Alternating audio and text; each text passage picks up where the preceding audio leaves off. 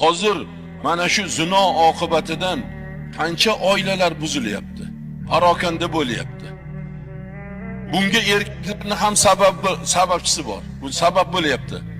Pul topaman deb Rossiyaga ketyapti. Pul topaman deb Koreyaga ketyapti. Pul topaman deb Amerikaga ketyapti.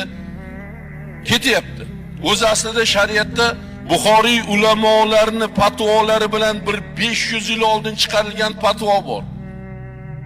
Bu paytda ota-bobolarimiz ayolni tashab, bola chaqani tashab Rossiyaga ketmagan. Boshqa joylarga ketmagan. O'sha paytda chiqarilgan. Qarang ulamolarning uzoqni ko'rishligini. Hozirgi mana shu paytda duch keladigan masalani bizlarga yozib ketganlar. Ya'ni safarga ketayotgan inson 3 kun yo 3 kundan oshiq ayolini benafaqa tashab ketmasin deb shart qo'ygan.